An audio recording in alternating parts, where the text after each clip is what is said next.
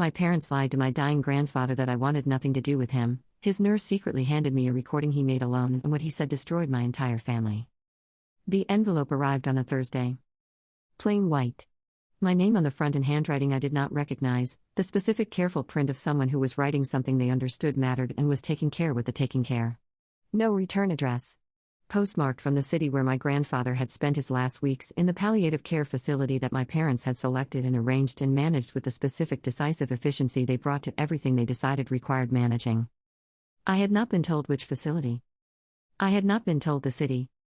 I had found out my grandfather was in palliative care the way I found out most things about my family in the last 3 years, which was from my cousin Brigitte, who heard it from her mother, who mentioned it in passing the way people mention things in passing when they have decided the information is not yours to receive directly but cannot quite bring themselves to withhold it entirely.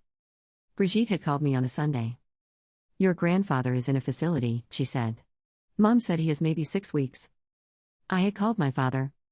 My father had said, "He is being cared for. There is nothing you need to do." I had said, "I want to see him." My father had said, "He is not up to visitors. He is very tired." That had been 7 weeks ago. The envelope arrived on a Thursday. Inside was a USB drive. Small, silver, the generic kind. And a note, 3 sentences in the same careful print as the envelope. "My name is Agnes. I was your grandfather's nurse for his last 11 weeks. He asked me to send this to you after he was gone. He made me promise." He was gone. My grandfather was gone, and I had not known, and the knowing was arriving in a plain white envelope with a USB drive and 3 sentences from a woman named Agnes, who had made a promise to a dying man that his family had apparently not been willing to make. "My name is Rosalind. I am 33 years old, and my grandfather's name was Walter, and he had been, for the first 20 years of my life, the specific person in my family who saw me in the complete way, the way that does not require performance or management, that simply looks and finds what is there and decides it is enough. He had taught me to play chess on a board that had belonged to his father. He had read to me from a collection of poems he kept by his chair until I was old enough to read them myself. He had come to every school event that mattered and some that did not matter, and had sat in the specific proud attention of someone for whom the showing up was not an obligation but a preference. Something had shifted 3 years ago. Not between Walter and me. Between my parents and the situation of Walter's life, which had become the specific situation of an aging man whose assets were significant and whose capacity was diminishing and who required increasingly the management of people he trusted.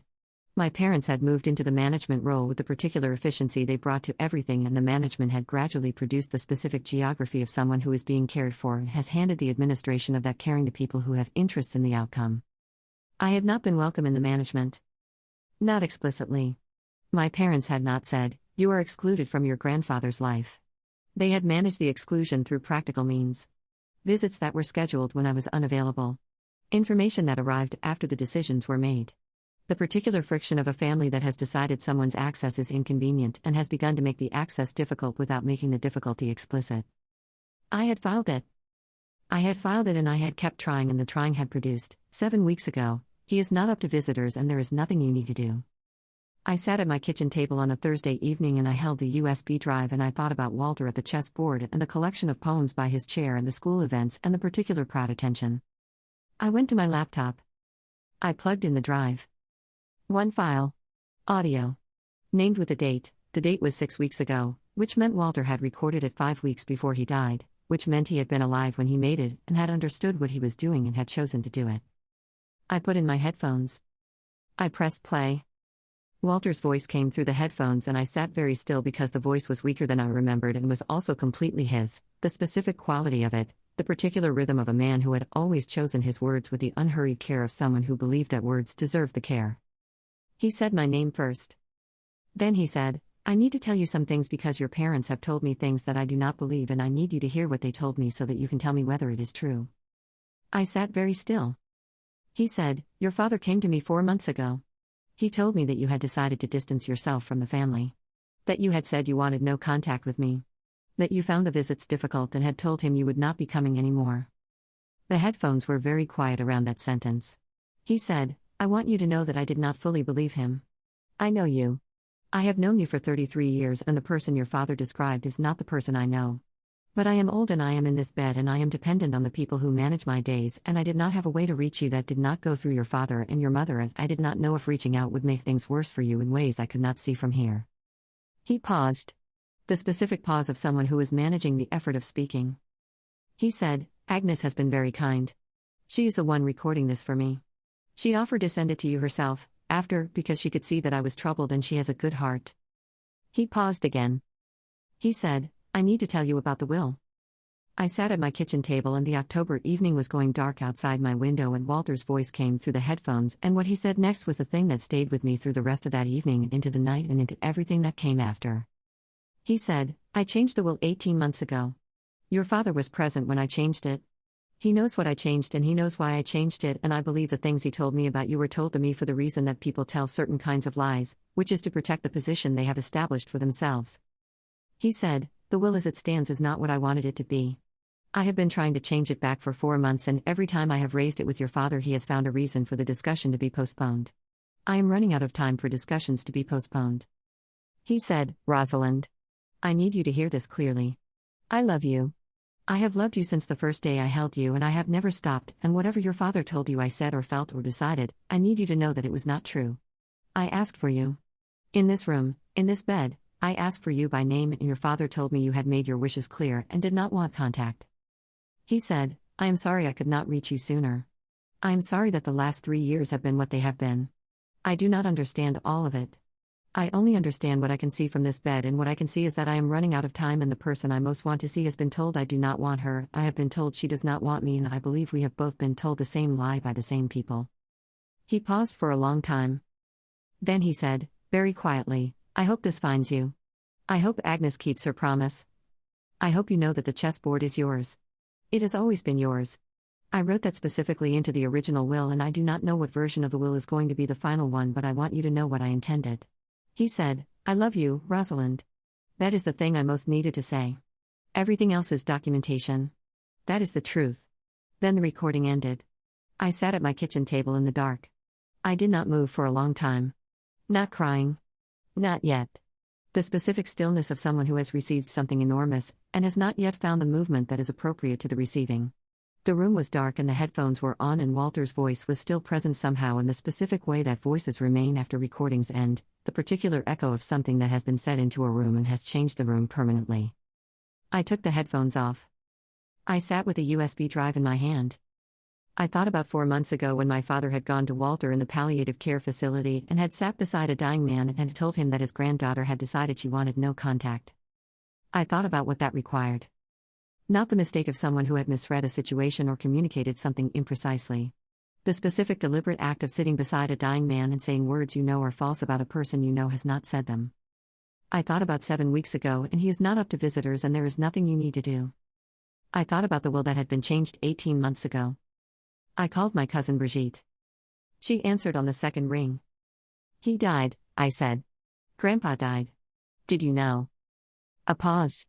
Mom told me last week. Rosalind, I tried to call. They told him I didn't want to see him, I said. Silence. They sat next to him in the facility and they told him I had said I wanted no contact, I said. He recorded himself saying it. A nurse sent me the recording. He is gone and I never got to see him and they told him I did not want to see him. Brigitte's voice when she spoke had the quality of someone receiving something that is simultaneously shocking and the completion of a pattern they have been watching for 3 years. The will, she said. He mentioned it, I said. He said it was changed 18 months ago and he had been trying to change it back. Rosalind. Her voice was careful now. Specific. I need to tell you something I should have told you months ago. She told me. What she told me was the second piece of the picture, the piece that the recording had outlined but not filled in, and what the 2 pieces together produced was not a partial picture anymore. It was a complete one. And the complete picture was the most devastating thing I had seen in 33 years of my family's specific architecture of management and practical decisions and the exclusion of people whose access was inconvenient. I held the phone. I need to call an attorney, I said. Yes, Brigitte said. You do. Tonight, I said. Tonight, she said. I sat in the dark kitchen with a USB drive and the complete picture and I understood that what came next was not going to be the specific kind of confrontation that produces discomfort and repositioning and the particular apology that asks for restoration without accountability. What came next was going to be something different. Something that had a recording in it. Something that had Walter's voice saying I love you, Rosalind, and the chessboard is yours and I believe we have both been told the same lie by the same people. Something that was going to require my parents to be in a room where the complete picture was visible. I was going to build that room. And I was going to do it correctly. Starting tonight. The attorney's name was Edmund. Brigitte's husband had used him for an estate matter 2 years prior and had described him as the specific kind of person who did not produce false reassurance, and did not take cases he did not believe in, and who, when he believed in something, pursued it with the particular focused intensity of someone for whom the pursuit was not just professional but personal. He answered his phone at 9:17 on the Thursday evening because Brigitte had called ahead and he had understood from the calling ahead that the Thursday evening was necessary. I told him about the recording. About the will change 18 months ago. About my father's presence at the change. About 4 months of postponed discussions about changing it back. About 7 weeks of he is not up to visitors. Edmund listened all the way through without interruption. When I finished, he said, "The recording is significant. Do you have access to the original?" "I have the USB drive Agnes sent me," I said. "Agnes is the nurse," he said. "Yes." She made a promise to him. "We are going to need to speak with Agnes," he said. She was a witness to his final weeks and potentially to conversations that occurred in that facility. Her account of what she observed matters. "She sent me the recording," I said. "She kept her promise. She will speak with you?" "Good." He paused. "Rosalind, I need to ask you something directly." "Ask," I said. "Do you know the specific nature of the will change 18 months ago?" This was the piece Brigitte had told me. The piece she had held for months without knowing how to offer it. "Yes," I said. "Brigitte told me tonight." "Tell me what you know." I told him what Brigitte had told me. 18 months ago, my grandfather had changed his will in a meeting attended by my father and the family attorney who had managed Walter's affairs for 20 years. The change had restructured the primary beneficiary designation. It had moved the majority of the estate, including the house Walter had lived in for 40 years and the investment accounts that represented the accumulation of a long, careful life, from an equal distribution between his children and grandchildren to a structure that concentrated control in my father's hands. Walter had not initiated the meeting. My father had.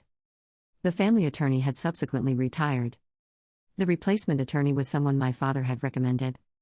I heard Edmund's silence on the phone. The specific silence of someone who is receiving information and is building the shape of it. "The replacement attorney," he said. "Do you have his name?" "Brigitte got it from her mother," I said. "I have it." "Send it to me tonight," he said. "Yes." "And the recording," he said. "I need to hear it." I sent him both. He called back at 11:40. "I have listened to the recording 3 times," he said. His voice had the specific quality of someone who has heard something and has been changed by the hearing. "Your grandfather was lucid. His account is specific. His concern about the will is explicit.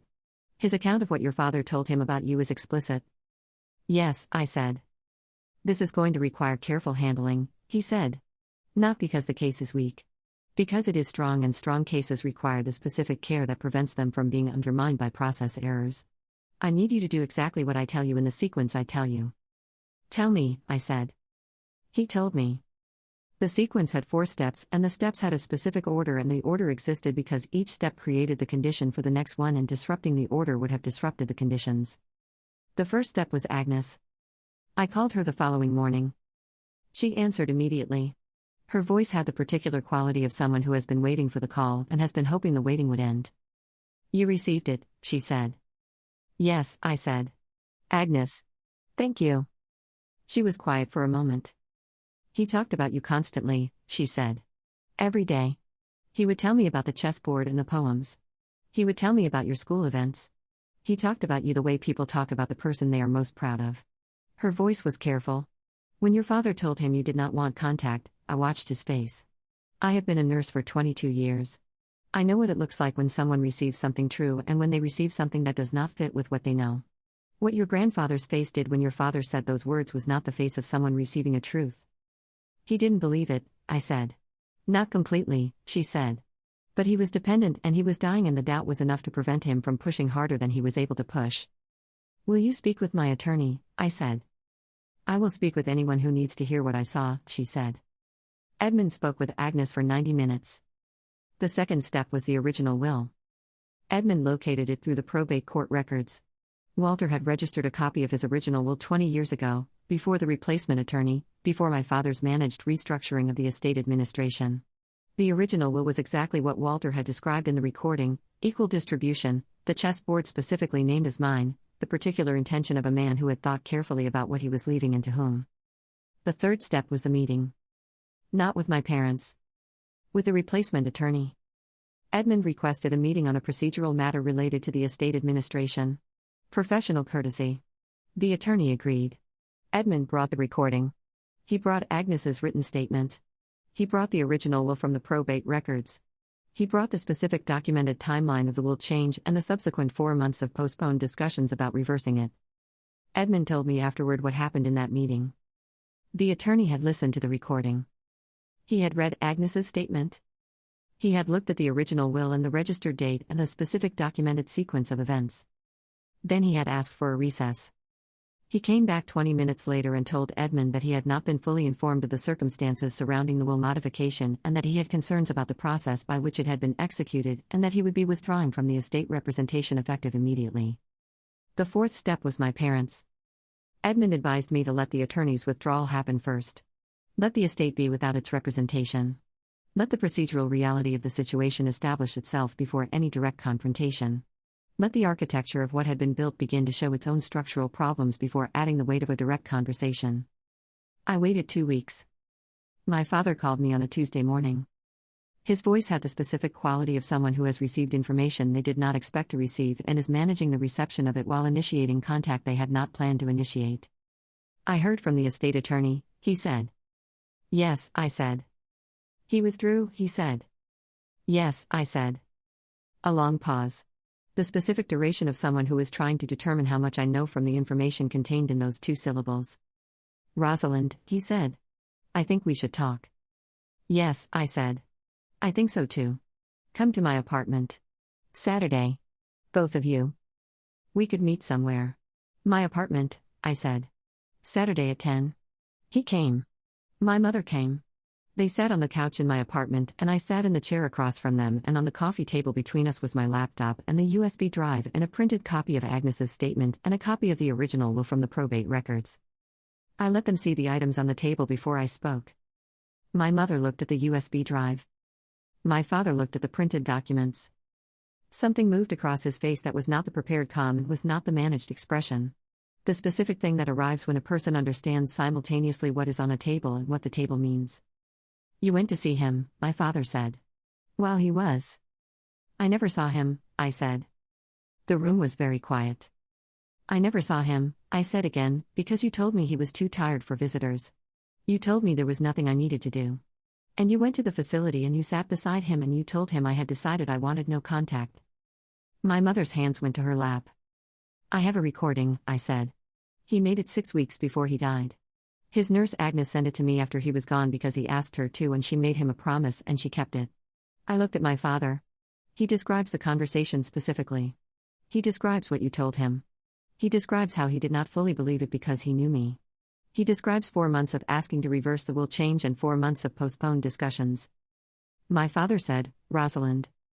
Let me finish, I said. He stopped. I am not going to play the recording for you, I said. I have given a copy to my attorney and Agnes has given a written statement and the original will is documented in the probate court records and the estate attorney has withdrawn. The legal process is running and I am not here to conduct it. My mother looked at my father. I am here, I said, because Walter asked me to hear what you told him.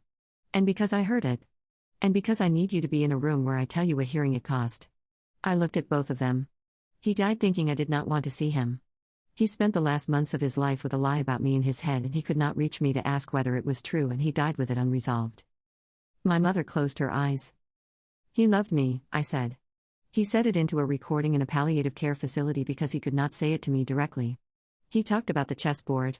He said he believed we had both been told the same lie by the same people. My father was looking at the table between us. Not the documents. The surface of the table. The chessboard, my father said. Very quietly. Yes, I said. Something moved across his face. Not the structural recognition of someone encountering legal jeopardy. Something older than that. The specific movement of a man who has heard a detail that has reached past the management and landed somewhere that the management cannot reach. His father had talked about the chessboard in a recording made alone in a facility bed. That detail lived in a different place than legal jeopardy. I watched it land there. I cannot fix what he died believing, I said. That is the part that cannot be fixed. That is the part that is going to live in this family for a very long time. I paused. The legal matter is being addressed separately. Edmund will be in contact with whoever represents the estate now. That process will run the way it runs.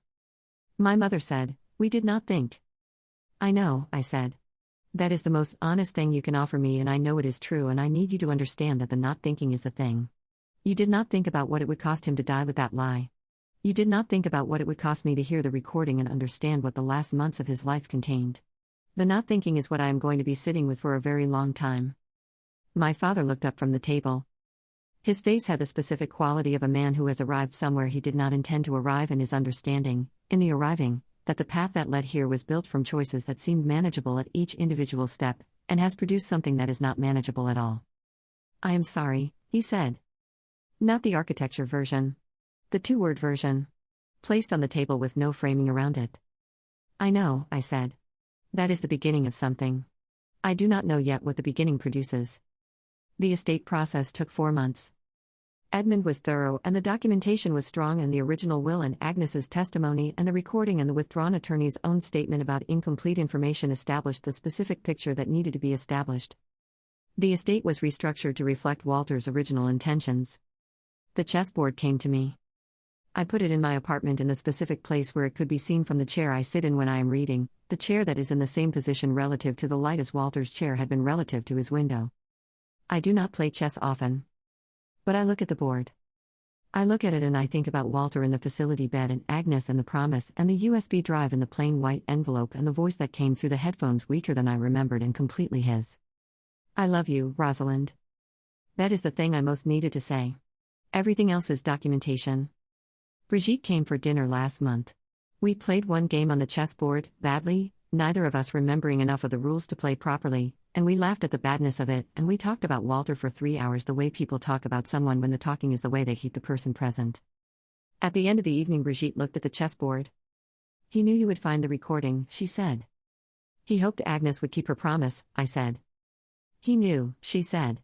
"He knew the way he always knew things about you. He just needed someone to carry it to you."